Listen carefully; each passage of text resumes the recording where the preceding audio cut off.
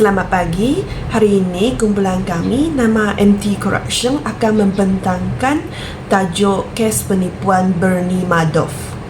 Kumpulan kami terdiri daripada 10 orang dan nama saya Leong Engki. Pengenalan, rasuah dan penyalahgunaan kuasa merugikan masyarakat dan organisasi mengakibatkan kehilangan integriti dan penyelewengan dana rakyat. Kajian kes Bernie Madoff mendedahkan kekurangan etika perniagaan dan kelemahan dalam tindakan anti rasuah, memberikan pandangan dalam mencegah risiko seumpama. Kursus ini bertujuan memberikan pemahaman mendalam dan relevan untuk menghadapi cabaran integriti dan anti rasuah pada masa yang akan datang. Saya ialah April Chan dan nombor menteri saya ialah 78865. Sekarang saya membentangkan tentang latar belakang. Kes Bernie Laurent Madoff adalah salah satu daripada skim ponzi terbesar dalam sejarah kewangan.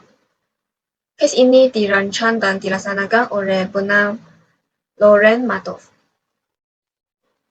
Orang ini yang dilahirkan pada 29 April 1938 tahun di Queens, New York City. Berdasarkan dari keluarga Yahudi kelas menengah. Sebelum terlibat dalam penipuan berskala besar, Madoff memiliki reputasi baik dalam komuniti kewangan sebagai guru pelaburan. Skim ponzi ini menyebabkan kerugian kewangan yang signifikan kepada pelabur dan merosakkan kepercayaan orang ramai terhadap sistem kewangan. Kes ini menegakkan keperluan untuk keterusan akuntabiliti dan penyediaan pasaran yang berkesan untuk mencegah penipuan serupa yang berulang.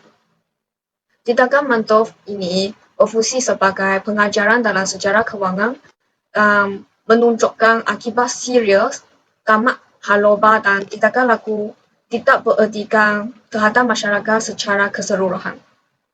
Nama saya Ko Hui dan matrix number saya ialah 81825. So, sekarang saya akan meneruskan perpetangan tentang latar belakang. Pada awal 1960-an, Bernie Madoff belajar sains politik di College Hofstra dan berkahwin dengan Ruth Auburn. Madoff pada asalnya adalah pembuat pasaran di Wall Street dan kemudiannya menjadi perintis dalam perdagangan elektronik serta pembuatan pasaran. Selepas berjaya dalam dunia kewangan, beliau mengasaskan Bernie Madoff Investment Security LLC. Madoff juga mengetuai pembangunan sistem elektronik pada tahun 1971 yang menggantikan meja stok fizikal dan menjadikan perdagangan saham yang lebih cekap. Sebagai pengerusi Nasdaq, Madoff memainkan peranan yang penting dalam pembangunan perdagangan elektronik. Walaupun kejayaan dan reputasinya membantunya memenangi kepercayaan pelabur, tetapi masa depannya dipenuhi dengan skim penipuan pelaburan.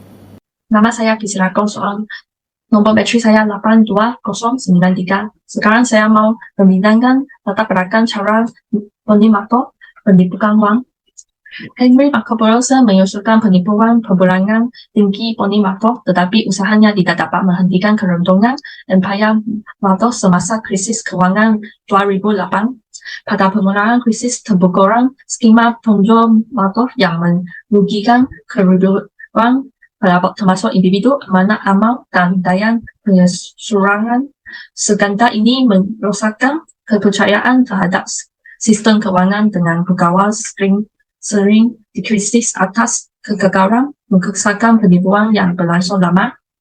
Penipuan Madoff melibatkan penarik daya pelabur baru untuk membayar pelabur lama tanpa melakukan pelaburan sebenarnya.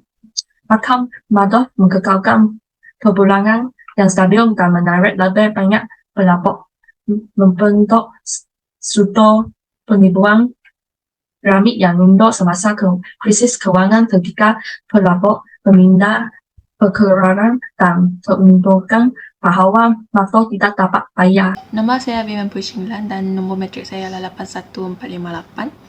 Untuk kes penipuan Bernie Madoff, pada bulan Disember 2008, Madoff telah ditangkap oleh pihak persekutuan selepas mengakui bahawa perniagaan pelaburannya adalah skim Ponzi yang gergasi yang telah berjalan selama bertahun-tahun.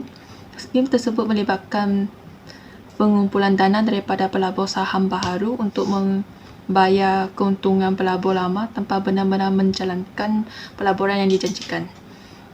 Beliau telah menipu sebanyak 37,000 mangsa di 136 negara yang dengan nilai 60.8 bilion dolar. Pada Jun 2009, dia dijatuhi hukuman penjara seumur hidup dan denda 170.8 juta dolar. Nama saya Kelly Kamsali dan nombor metrik saya ialah 81821. Dalam dunia perniagaan pelaburan, kekurangan dapat tersembunyi di balik kerumitan skema pengelolaan dana. Bernie Madoff misalnya menggunakan skim Ponzi mengambil dana pelabur baru untuk membayar pulangan kepada pelabur lama. Ini bukanlah pelaburan sebenar. Ia hanyalah siklus bergantung pada dana baru untuk menjaga ilusi pulangan yang stabil. Seterusnya, pengendalian bijak dan kredibiliti merupakan senjata utama. Bernie Madoff mengaji kepercayaan dengan memanfaatkan reputasi dan pengalaman dalam bursa saham. Reputasinya membentuk landasan kuat membuat pelabur lelang menyerahkan dana pada beliau, meskipun operasi sebenarnya tidak didasarkan pada pelabur yang nyata. Beliau juga kemampuan untuk memenuhi keperluan pelabur pada masanya memperkuat kepercayaan, walaupun sebenarnya operasinya tidak berdasarkan pelaburan sebenar. Namun, penipuan dan pemalsuan laporan merupakan cermin gelap. Bernie Madoff memasukkan laporan mencipta ilusi pulangan yang tinggi untuk menarik lebih banyak pelaburan. Nama saya Michael Indiki, nomor metrik saya ialah 80041. Saya ingin membentangkan implikasi kepada individu, iaitu penipuan dan keuntungan palsu.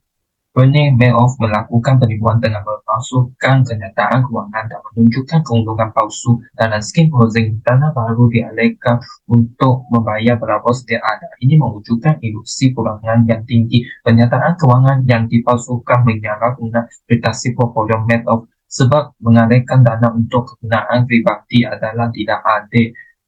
Selain itu, implikasi kepada organisasi iaitu kehilangan dana dan yayasan dan dana amal. Yayasan dan organisasi amal yang terlibat dalam skim penipuan Madoff kehilangan pembiayaan memaksa mereka untuk memotong program bantuan dan mengalami tekanan kewangan. Reputasi merosot dan kepercayaan orang ramai hilang. Ketiga ialah implikasi kepada negara pelaburan industri, iaitu penipuan dalam industri pelaburan. Penipuan sistematik dalam industri pelaburan tanpa ilusi kejayaan dan aktiviti sebenar. Skim Ponzi menggunakan dana baru untuk membayar balik pelabur sedia ada selama beberapa tahun. Peraturan yang lebih membolehkan penipuan tidak dapat dikesan sebab ini menggoyahkan kepercayaan global dan industri pelaburan. Nama saya ialah Chang Li Jing dengan matriks nombor 81686. Saya akan membincangkan tentang langkah-langkah untuk mengelakkan diri daripada terjerumus ke dalam kes penipuan. Langkah pertama termasuklah menekankan accountability dan ketulusan sebagai prinsip asas. Kita boleh lihat daripada kes penipuan Bernie Madoff, iaitu disebabkan kerana kekurangan ketulusan dan accountability telah membolehkannya bertindak gagal untuk meneruskan strategi penipuan yang telah menyumbang besar kepada kejayaan skim Ponzi-nya. Dengan ini, pemimpin boleh meningkatkan kredibiliti syarikat dengan pelabur, pelanggan atau orang awam dengan bersikap jujur dan terbuka tentang maklumat kewangan dan keputusan syarikat. Langkah kedua adalah untuk meningkatkan pengetahuan pelabur dan kesedaran. Pelabur mesti mempunyai pengetahuan yang mencukupi tentang pelbagai peluang pelaburan dan risiko adalah asas sebagai satu pelabur yang bijaksana. Sebelum membuat pelaburan, pelabur harus memastikan syarikat pelaburan itu bereputasi dan berdaftar dengan SEC. Akhirnya, pelabur perlu mempunyai pertimbangan yang rasional dan memilih strategi pelaburan yang lebih selamat dan berhemat. Langkah seterusnya adalah untuk menegakkan kepentingan usaha wajar dalam menilai peluang pelaburan. Pelabur adalah digalakkan untuk menjalankan usaha wajar yang lengkap, terutamanya dalam keadaan pelaburan yang jangka pendek dengan pulangan yang tinggi. Usaha wajar yang ketat telah terbukti penting bagi pelabur untuk melindungi diri daripada terlibat dalam skim penipuan. Nama saya Cindy Christine Lee Seun dan matriks nombor saya 79116. Akta atau undang yang terlibat dalam kes Bernie Madoff adalah Foreign Corrupt Practice Act, FCPA. Ini undang-undang Amerika Syarikat yang untuk menentang kes yang terlibat di peringkat antarabangsa. Kes Bernie Madoff menjalankan skim Ponzi, menipu pelabur-pelabur dan kewangan mereka. Ini telah melanggar undang Amerika Syarikat. Bernie Madoff menipu pelabur-pelabur dan menguruskan semua perdagangan pelabur-pelabur dengan merekod dan mencipta akaun yang tidak tepat. Seterusnya, undang-undang jenayah juga undang yang tersentuh dalam kes ini. Undang-undang jenayah ditindakkan terhadap kes yang berkaitan penipuan, pecah amanah atau pengubahan wang haram. Bernie Madoff melibatkan skim Ponzi telah menipu dan merekod akaun yang tidak tepat, memecahkan amanah. Kes yang menonjol dalam menangani kesalahan-kesalahan serius seperti ini dalam konteks undang-undang jenayah. Ini semua daripada saya. Saya sampaikan kepada penyampai seterusnya. Nama saya Dayang Nurul binti Alania, nombor metrik 81720. Saya akan meneruskan pembentangan bahagian pengajaran dalam kes Bernie Madoff yang perlu kita ambil perhatian. Pengajaran pertama adalah kewaspadaan terhadap imbal hasil yang terlalu tinggi. Kita perlu menyadari bahawa imbal hasil yang terlalu tinggi adalah sangat bahaya. Kes Bernie Madoff adalah contoh nyata bagaimana imbal hasil yang tidak munasabah boleh membawa kepada penipuan besar. Oleh itu, penting bagi kita sebagai pelabur untuk selalu bersikap berhati-hati membuat sesuatu keputusan, terutama dalam pelaburan yang menawarkan keuntungan yang jauh di atas rata-rata pasaran. Pengajaran kedua adalah reputasi yang efektif sebagai perlindungan. Reputasi yang efektif adalah penting pertahanan yang efektif untuk mengelakkan seseorang dari penipuan. Kes Madoff menunjukkan bahawa reputasi yang kuat boleh menipu pelabur. Oleh itu, kita perlu aktif memeriksa reputasi dan kredibiliti sebelum melibatkan diri dalam pelaburan. Sebagai contoh, membaca ulasan dari klien sebelumnya dan memastikan ada perlindungan undang-undang yang dapat membantu pelabur daripada kerugian. Sekali adalah pendidikan kewangan tinggi sebagai kunci keberhasilan. Ilmu pendidikan kewangan memainkan peranan penting dalam melawan rasuah dan melindungi pelabur. Dengan pendidikan yang tinggi, kita dapat mengembangkan pemahaman mendalam tentang risiko pelaburan tinggi dan mengenali tanda-tanda penipuan. Analisis kritis terhadap tuntutan pelaburan dan pemahaman jenis pelaburan membantu melindungi pelabur dari skema penipuan seperti skema Ponzi. Dalam dunia yang kompleks ini, ilmu pendidikan kewangan bukan hanya alat untuk meningkatkan kecekapan pelaburan, tetapi juga sebagai senjata untuk melawan tindakan penipuan.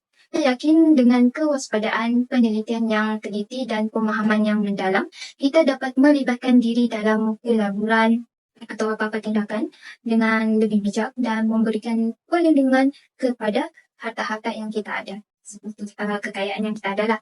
Sekian, terima kasih. Kesimpulannya, skandal Madoff menekankan keperluan untuk meningkatkan integriti dan pengawasan dalam industri kewangan, kelemahan dalam ketelusan dan pengawasan dalam membolehkan penipuan berlaku. Untuk mencegah insiden serupa, tindakan seperti peningkatan ketelusan, audit yang ketat dan pendidikan pelabur perlu dilaksanakan. Pengawasan dan accountability mesti diperkuat dan kerjasama yang rapat antara pihak berkuasa dan badan kewangan adalah penting. Sematkan semula undang-undang dan peraturan juga kritikal untuk mengelakkan penipuan dan menjaga keselamatan sistem kewangan secara keseluruhan. Sekian, terima kasih.